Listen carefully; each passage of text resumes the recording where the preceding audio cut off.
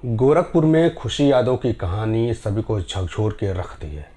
खुशी यादव ने जिस तरीके से अपने 60 वर्षीय दादी की हत्या की और बाद में पुलिस को कहानी बताई कि आखिरकार उसको ये कदम क्यों उठाना पड़ा, तो एक पल के लिए सब लोग हैरान हो गए। कहते हैं कि किसी को ज़्यादा प्रताड़ित करो, ताना दो, तो उसका जो मानसिक संतुलन होता है वो इस हद तक ख़राब हो जाता है कि वो कुछ भी कर सकता है। और वैसे भी लड़कियों के साथ हमेशा ऐसा ही होता आ रहा है। उन्हें ना कभी पढ़ने दिया जाता है, ना आगे बढ़ने दिया जाता है। पेन कॉपी के जगह उनके हाथों में चूल्हा चौका थमा दिया जाता है।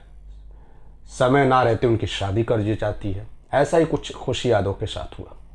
खुशी यादव की माँ 2 साल पहले बंगाल से उसको ले आई थी और उसकी जो दादी थी खुशी यादव की, वो बार बार बंगाली भी कहती थी उसको, और कहती थी हमारे बेटों को कमाई खाने के लिए आ गई है वगैरह वगैरह। लगातार उसको ताना भी देती थी, कई खरी खोटी सुनाते थे। कहते कि तुम्हारा खर्चा मेरे जो है बच्चे नहीं उठा पाएंगे, तुम दूसरा बॉयफ्रेंड बना लो, कोई और लड़का फंसा लो, वो तुम्हारा खर्चा उठाएगा। मर क्यों नहीं आती, काम भी नहीं करती हो, मोटी हो जा रही हो। मतलब हर दिन का रोज़ का उसके दादी का ये सुनाना रहता था खुशी को।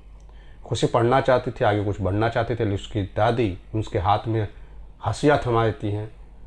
फिर इसके बाद आता है 26 सितंबर का वो दिन, जिस दिन खुशी अपनी दादी के साथ खेतों में काम करने के लिए जाती है।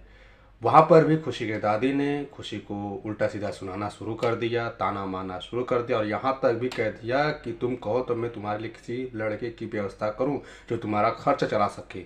मेरे बच्चों के खर्चे पे तुम पल रही हो, मोटी हो गई हो, यानी कि ताना देने शुरू कर दी। अब इसके बाद खेत से वापस आए उसकी दादी और खुशी।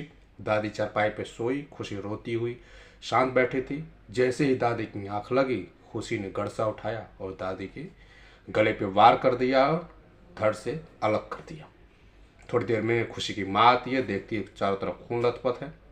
किस तरीके से माँ बेटी दोनों लोग मिल करके लाश को ठिकाने लगाते हैं और करीब 500 मीटर दूर लाश को फेंक देते हैं। जब इस घटना के बारे में पता चलता है तो पूरी छानबीन करने के बाद करीब 17 दिन के बाद ये मामला खुलता है और खुशी यादव अपना जुर्म कबूल करती है। सवाल ये है कि खुशी ने तो इतना बड़ा जुर्म किया है, लेकिन सवाल ये भी है कि बेटियों को किस तरीके से अपमानित किया जाता है, किस तरह से ताना कसा जाता है। अगर वो आगे बढ़ना चाहें, कुछ करना चाहें, उनके सपने को गला घोट दिया जाता है, जिस वजह से खुशी ने इस घिनौने काम को अंजाम दिया।